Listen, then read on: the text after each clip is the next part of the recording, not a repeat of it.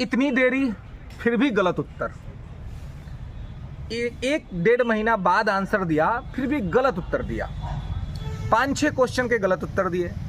अभी तो केवल 1 to 5 का आया है, 6 to 8 का आना बाकी है, 9-10th का आना बाकी है, 11-12 का आना बाकी है। अभी देखना है बीपीएससी आयोग कितनी गलतियां करता है। इतना टाइम लेने के बाद भी कितनी गलतियां होती हैं और कितने प्रश्नों के गलत उत्तर आते हैं। और फिर जो 2 से 5 के बीच का जो ये है कि आप शिकायत दर्ज करा सकते हैं, तो शिकायत पे कितने आंसर्स को मानती है, ये भी देखने वाला बात होगा। पीछे बीपीएससी का ये देखा गया है कि बीपीएससी ने बहुत बार हठधर्मिता का भी परिचय दिया है आंसर्स को बदलने के संदर्भ में। लेकिन देखना है इस बार क्या होता है।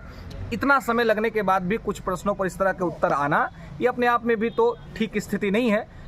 ठीक तरीके से ऑब्जर्वेशन करके आंसर देना चाहिए था, जिससे कि कम से कम विवाद उत्पन्न हो और विद्यार्थियों को कम से कम परेशानी का सामना करना पड़े। क्योंकि विद्यार्थी जब शिकायत दर्ज करने जाता है तो उसको पैसा भी लगता है। तो ये सब चीज़ को भी आयोग को ध्यान रखना चाहिए था। चलिए दोस्तों, तो मैं अभिजीत कुमार दुबे समृद्धि आईएएस के यूट्यूब चैनल पे आप सभी का हार्दिक स्वागत करता हूं, अभिनंदन करता हूं।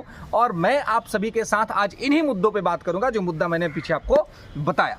तो हमारा पहला मुद्दा है आंसर की में गलतियां। आंसर की में गलती। दोस्तों, ये इतना समय लगने के बाद भी आप जब आंसर की लेके आते हैं तो उस आंसर की में इतनी सारी गलतियां क्यों निकल जाती हैं? ये जो आंसर की करने वाले जो विशेषज्ञ लोग हैं, ये विशेषज्ञ लोग क्या चीज़ों को ठीक तरीके से ऑब्जर्व नहीं करते हैं? अब कांग्रेस सोशलिस्ट पार्टी की स्थापना ऐसे प्रश्नों में गलत उत्तर को दे देना, ये उनकी समझ की गलती है या फिर ये टेक्निकल फॉल्ट है? क्योंकि मुझे तो ऐसा नहीं लगता कि वो उनको इसकी जानकारी नहीं है। ऐसा कहना मतलब दुर्भाग्यपूर्ण होगा। और ये मेरे समझ भी मेरा ऐसा नहीं कहता है कि मैं कहूँ कि बीपीएससी आयोग में बैठे हुए जो विशेषज्ञ लोग हैं उनको पता नहीं होगा कि कांग्रेस समाजवादी पार्टी की स्थापना कब हुई थी। उनको पता होगा कौन सा फसल नदी में होगा, उनको पता होगा। लेकिन फिर भी इस तरह की गलतियां कैसे हो जाती हैं, ये समझ से बाहर है। और ये सब चीज़ से के वजह से ही बीपीएससी की किरकिरी होती है, मजाक भी बनाया जाता है और लेट लतीफ़ भी इसी कारण से होता है। जब आप प्रश्न का गलत उत्तर देते हैं, फिर उस प्रश्न के गलत उत्तर को ठीक करने के लिए विद्यार्थी जैसे एप्लीकेशन करता है, फिर आप कुछ आंसर्स को मानते हैं, कुछ में आप हठधर्मिता का परिचय देते हैं, फिर विद्यार्थी उसको लेकर के कोर्ट में चले जाते हैं, फिर कोर्ट में वो मामला चलता है, फिर कोर्ट आपका ऑथेंटिफिकेशन मांगता है विद्यार्थियों से। तो ऐसे में रिजल्ट देरी होने में बहुत मतलब रिजल्ट काफ़ी देर हो जाता है इस वजह से। तो एक गांव देहात में किस्सा कहा जाता है कि एक तो गौरा अपने गोर और ऊपर अली कमरी ओढ़। मतलब एक तो अपने से इतना ज़्यादा विलम्ब हो चुका है ना, एक अपने से ही इतना ज़्यादा विलम्ब हो चुका है, उस विलम्ब में कुछ प्रश्नों का गलत उत्तर देना, फिर विद्यार्थियों के द्वारा उसका जो है सो एप्लीकेशन देना, उसके प्रति खिलाफ शिकायत दर्ज कराना, फिर उस पर उसको ठीक करना, ये सब प्रक्रिया को काफ़ी जटिल बनाता है और प्रक्रिया को काफ़ी देरी भी करता है। जिससे ऑलरेडी विद्यार्थी, जिसे अगर पहले होता था टीयर 1 टीयर 2 में हुआ, घर पहुंचने तब तक आंसर किया गया, ओएमआर आ गया और जल्दी जल्दी चीज़ें हो गई। लेकिन इस बार तो काफ़ी लेट हुआ। ऐसे में अगर और लेट होता है तो ये ठीक बात नहीं है। तो आयोग को ये चाहिए कि वो समय से और अपने पास, उनके पास खुद ही तमाम ये चीज़ें हैं, तो आगे भी अभी आंसर्स की आने वाले हैं, तो कम से कम गलतियां हो, न के बराबर गलतियां हो, जिससे कि एक आयोग की भी किरकिरी ना हो और दूसरा कि विद्यार्थियों को भी बहुत ज़्यादा परेशानी न उठाना पड़े, अलग से उनको पैसा न खर्च करना पड़े। क्योंकि एक तो उनको पैसा भी खर्च करना पड़ता है, फिर उनको तनाव और दबाव भी लेना पड़ता है। ये तमाम तरह की समस्याएं विद्यार्थियों के साथ होती रहती है, बनती रहती है। और देखिए, अगर गलत उत्तर आता है तो आयोग की तो किरकिरी होती है ना। अब हमने कोई उत्तर बताया आपको और उसके बाद मैं ये कहूँ कि इस उत्तर पे अगर आपको कोई आपत्ति है तो आप हमें बताइए। ये कहना तो ठीक है कि मैं व्यू जानना चाहता हूँ, लेकिन मैं वास्तव में गलत उत्तर दे दूँ तो ऐसी स्थिति में किरकिरी तो हमारी ही होगी ना, कि हमें सही उत्तर पता नहीं है।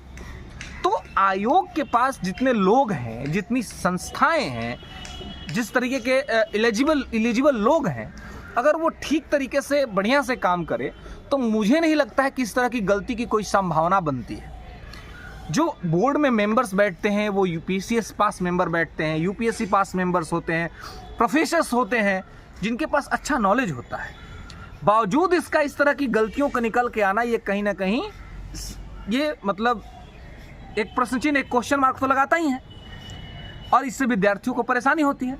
और अगर आपत्ति का यही है तो आप आपत्ति में पैसा जो रखते हैं, चलिए पैसा का एक हम नहीं समझ ले कि थोड़ा सीरियस लोग पैसा लगता है तो सीरियस लोग जो है वो ही करते हैं, नहीं तो नॉन सीरियस टाइप के लोग भी कोई भी ये लेकर के और अप्लाई कर देंगे, तो ये मैं समझ सकता हूँ। लेकिन अगर आप ये कर दिए, रिफंडेबल कर दीजिए, रिफंडेबल कर दीजिए, कम से कम पैसा रिफंड कर दीजिए, ये तो कर सकते हैं ना विद्यार्थियों के हित में। अगर आप अपनी चीज़ों को ठीक नहीं कर सकते हैं तो जो पैसा आप लेते हैं वो रिफंडेबल कर दीजिए कि अगर विद्यार्थी का तर्क और उसका रिसोर्स सही होता है तो उसका पैसा जो है सो रिफंड हो जाएगा। जैसे कि आप देखते हैं कि आप जो चुनाव होता है उस चुनाव में एक होता है जमानत राशि। जब कोई भी कैंडिडेट चुनाव लड़ने जाता है तो एक जमानत राशि जमा करता है जमा। तो जब वो जमानत राशि जमा करता है तो जमानत राशि जमा करने के बाद उसको जो है एक नियम है कि टोटल वोट जितना पड़ेगा उस वोट का एक परसेंट जो है, यानी कि 1/6 जो परसेंट है, अगर 1/6 नहीं मिलता है टोटल वोट का तो उस कैंडिडेट का वो जमानत राशि जब्त हो जाएगा, तो चुनाव भी हारेगा, जमानत राशि जब्त भी हो जाएगी। इससे क्या होता है कि सीरियस कैंडिडेट ही चुनाव में लड़े, नॉन सीरियस टाइप के लोग चुनाव में न लड़े। ठीक उसी प्रकार से अगर हमारे विद्यार्थियों से ये पैसा लिया जाता है और उनका उत्तर सही होता है तो आप उनका पैसा वापस कर दीजिए, फिर कोई दिक्कत नहीं है। लेकिन आप पैसे भी ले लेते हैं, बहुत सारे आंसर्स मानते भी हैं, बहुत सारे आंसर्स नहीं भी मानते हैं, तो ये सब चीज़ जो है सो आपको यहाँ पर ध्यान रखने की आवश्यकता है, इसको ये रखने की आवश्यकता है। तो जो उत्तर दे रहे हैं अब 6 to 8, 9, 10, 11, 12 का उत्तर शेष है। आयोग से चाहिए कि आयोग एक बार अपने फिर आंसर्स को रिव्यू कर ले, रिव्यू करके कम से कम गलती करे जिससे कि कम से कम किरकिरी हो। धन्यवाद।